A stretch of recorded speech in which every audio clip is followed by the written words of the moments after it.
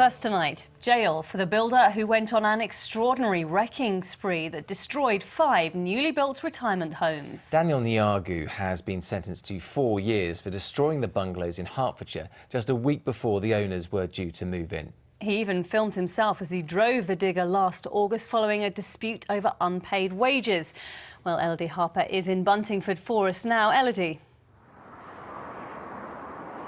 It was an extraordinary day in court, and fittingly for a case that was all about a financial dispute, Daniel Neagu wore a jumper emblazoned with the slogan, "Get rich, do more." And the key evidence in court today was footage that Mr. Neagu had filmed himself destroying 5 of the houses behind me, which have now been rebuilt.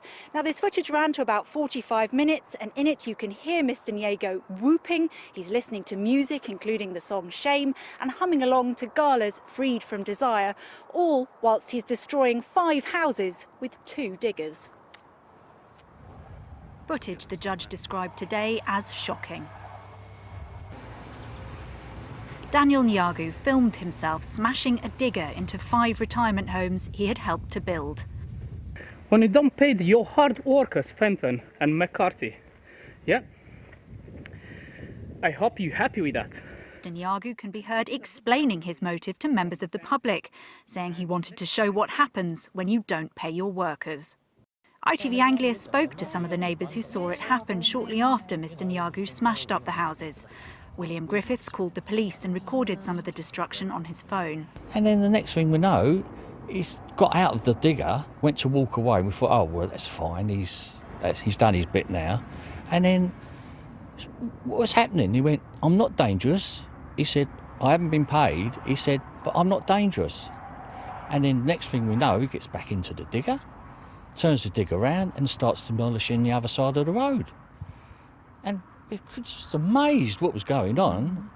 And my daughter, she came round, she went, oh, I hope he's not going to sort of come this way. She was a bit, terrified. And my wife went, oh, she said, I'm going indoors. She said, this is a bit too much to look at.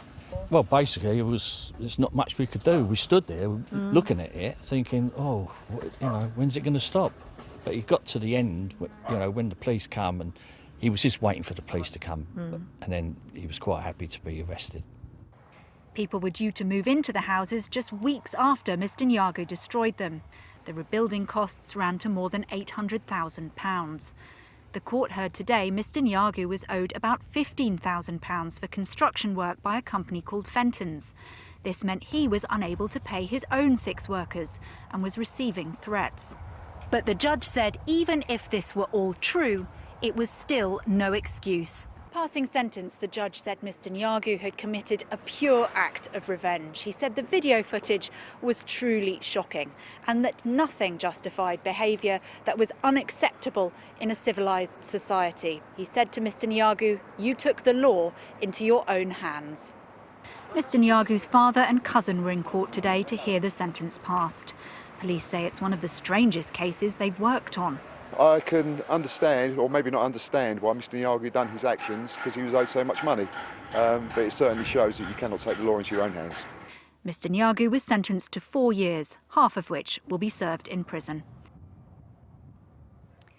Elodie, a lot was said in court about his motive for all of this. Yes, Mr. Neagu has always said he acted like this because he was owed money. Now, the court heard he said he was owed about £15,000 by Fenton's. Fenton's dispute this. They say Mr. Neagu made off with one of their vans and they weren't going to pay him until he brought it back. In his defence, Mr. Neagu's lawyer said he had indeed been defrauded of this money and that he had been threatened because he had not been able to pay his own workers and that his name had been blackened on social media, that in fact, his reputation was mud within his community. His lawyer argued that Mr. Neagu destroyed the houses to prove that he had not been paid and to restore his honour, which he said had a strange sense of logic. The judge, however, said even if everything Mr. Neagu had claimed was true, it did not justify taking the law into his own hands and committing a crime. Elodie, thank you very much.